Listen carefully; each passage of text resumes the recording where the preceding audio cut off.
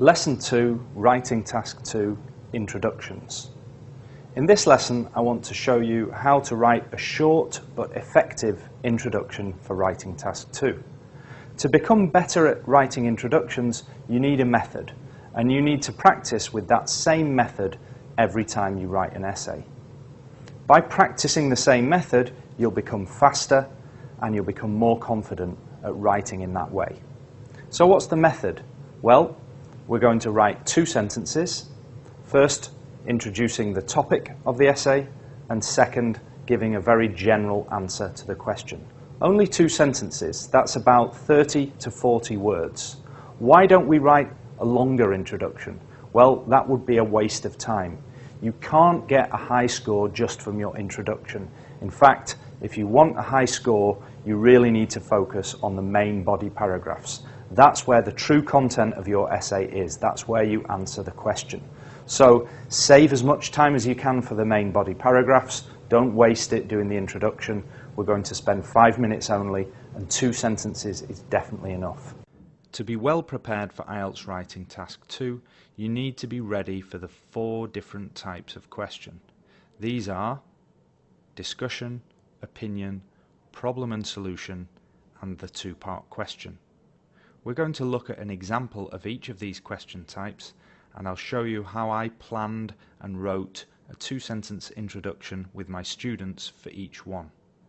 First, let's look at a discussion question. For this type of question, you have to write about 2 sides of an issue. Here's an easy example to get us started. Some people think that it is more effective for students to study in groups, while others believe that it is better for them to study alone. Discuss both views and give your own opinion. When you've understood the question, you can start to plan your answer. To plan the introduction, just remember that we're trying to write 2 sentences. First, we introduce the topic. In this case, it's about studying in groups or studying alone. Next, second sentence, we need to plan a general answer to the question.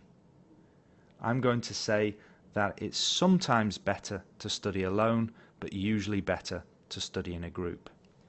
Now that I've planned the introduction, I can write these 2 sentences. So my first sentence: people have different views about the effectiveness of group study as opposed to working alone. Notice that I'm paraphrasing some people, others, by writing people have different views about. I'm using effectiveness instead of more effective, and I'm using the phrase as opposed to as a way of contrasting. As opposed to means instead of or rather than. The second sentence needs to be my answer. I need to cover both views and my own opinion. Here's my second sentence. While there are some benefits to studying independently, I believe that group work is usually more productive. By using while, I've compared and contrasted both sides of this issue. I've mentioned some benefits to studying independently, but then with a comma, I believe that group work is usually more productive. Again, some nice paraphrasing: studying independently instead of studying alone, productive instead of effective.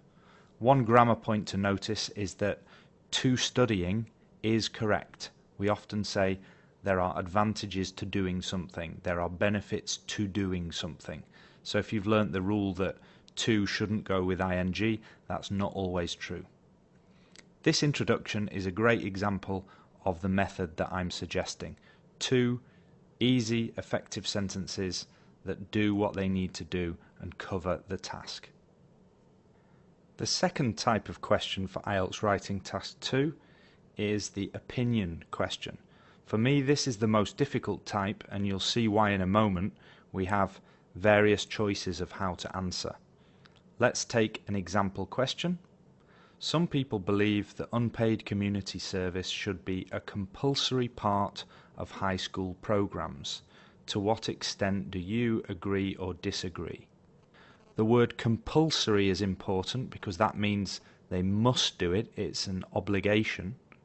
and it's asking for your opinion. Do you agree or disagree? So we can't write about other people. Some people think this, other people think that.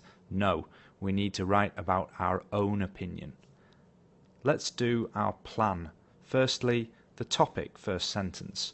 What's the topic? Well, community service for all teenagers. Should all teenagers do this unpaid community service? Then we need an answer, and this is where it becomes difficult because you have three choices. You can either agree, or you can disagree, or you can try to have a balanced opinion when possible. Let's try writing our introduction, starting with the topic sentence.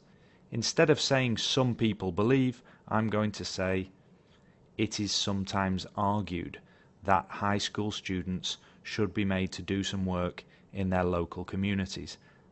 I'm just paraphrasing what the question is saying. Then the difficult part. If we agree, here's an example sentence. I completely agree that this kind of scheme would be a good idea. However, if we disagree, we could say, in my opinion, it would be wrong to force teenagers to do any kind of unsalaried work. In that case, I'm saying my opinion and it's wrong, so I'm disagreeing. A couple of good words to notice in this one. It would be wrong to force. Forcing teenagers to do something is paraphrasing of that word compulsory. Another good word I've found in that one is unsalaried work instead of unpaid. No salary, no pay, unsalaried. Our final sentence would be for a balanced opinion, if it's possible. I think it's not really possible to say I'm in the middle, I have a balanced opinion on this, because either something is compulsory or it's not. Compulsory is a very strong word. Either you must do it or you don't have to do it. However, if we want to mention both sides, maybe we can do it like this. While I disagree with the idea of making such programs compulsory, I do believe that voluntary community service could benefit young people. I'm again using this word while. While I disagree with the compulsory idea, contrast that with what I do believe. I do believe that voluntary community service could benefit young people. You've seen there three ways of answering this question. Let's look now at the third type of question for writing task 2, which is the problem and solution question. In this type you have to explain a problem and suggest some solutions. Here's an example. Many criminals re-offend after they have been punished. Why do some people continue to commit crimes after they have been punished, and what measures can be taken to tackle this problem? You can see why this is called a problem and solution question. The problem is, why do people continue to commit crimes? You have to explain that problem. And the solution that it's asking for are the measures. What measures can be taken to tackle the problem? Let's plan this in the normal way. Firstly, the topic. Criminals re-offending. Criminals committing crimes after they've been punished. And our answer, we need to cover the problems and the solutions. We're not going to give the exact problems and the exact solutions. That would be in the main body. But for our answer, we can just say there are several reasons and a variety of measures can be taken. We could also just plan who's going to take these measures. Maybe the government or governments of countries, maybe communities, societies. With those two planned sentences, we can write our introduction. The topic sentence again is going to be paraphrasing the idea in the question. It is true that punishments do not always deter criminals from committing more crimes. I often begin a problem and solution introduction with "it is true that," because we can accept that the problem is true. We have a problem and we're accepting it. It is true that punishments do not always deter criminals. Deter is a good word to use there. They meaning stop criminals or stop them from wanting to commit crimes. And the second sentence is going to be our answer, which includes these several reasons and a variety of measures. There are various reasons why offenders repeatedly break the law, but governments could certainly take steps to address this issue. Notice that I don't give the reasons yet, and I don't give the solutions or the steps. I'm just mentioning that there are various reasons and governments could take steps. You can see that there are some good examples of paraphrasing in this introduction. In the second sentence, we've got repeatedly break the law. I've used repeatedly instead of continue to, break the law instead of commit crimes. I've also used take steps to address this issue instead of measures to tackle the problem. So good paraphrasing, cover the two things that we need to cover, and that's our introduction done. Let's now go to the final type of question. The fourth type is what I call the two-part question. In this, it's very similar to the problem and solution. You've just got two questions that you have to answer. Here's an example. As most people spend a major part of their adult life at work, job satisfaction is an important element of individual well-being. What factors contribute to job satisfaction? How realistic is the expectation of job satisfaction for all workers? Hopefully you can see the two question marks in there. There are two separate questions, which is why I call this a two-part question. In your main body, you're going to write one paragraph about each of those questions. But let's plan our introduction, because today that's what we're focusing on. Again, in our plan we start with the topic. What's the topic of this? I think it would just be job satisfaction. People being happy in their jobs. And we have to cover the two questions in our answer. We have to cover several factors. What factors contribute to job satisfaction? I'm just going to say there are several. And answering the second question, I'm saying it's unrealistic or impossible to expect everybody to be satisfied or happy in their jobs. Now, using that plan, let's write those two sentences for our introduction. The first one, work plays a central role in our lives and we would all like to feel fulfilled professionally. What am I doing there? Again, as usual, I'm paraphrasing parts of the question. Instead of saying work is a major part of adult life, I've said work plays a central role in our lives. Instead of saying job satisfaction, I've said feel fulfilled professionally. That's a nice way of paraphrasing job satisfaction. So that's the topic. Now we need to answer the question. We need to cover those two questions. While a variety of factors may lead to job satisfaction, it would be unrealistic to expect everyone to be happy at work.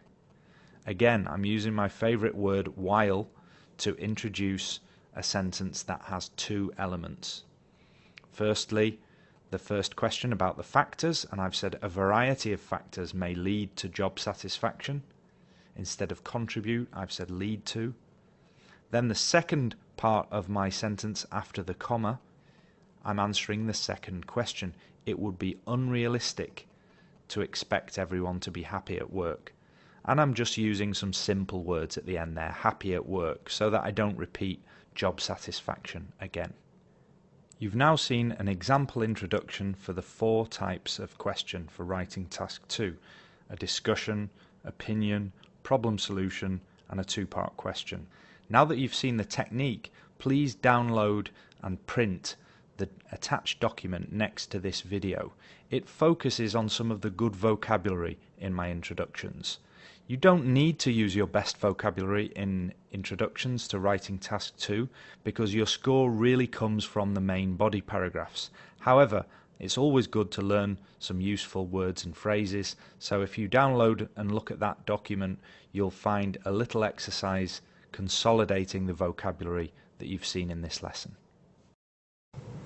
To summarise this lesson, just two things. First, a short introduction is better than a long one. If you do a long introduction, you're wasting time that you should spend on the main paragraphs. Second, our method is to write 2 sentences in about 5 minutes. The first sentence introduces the topic, and the second one gives a very general overall answer to the question. Keep practicing introductions in that way, and you'll get better, more confident, and faster. In the next lesson, lesson 3, we'll look at main body paragraphs, the most important part of your essay.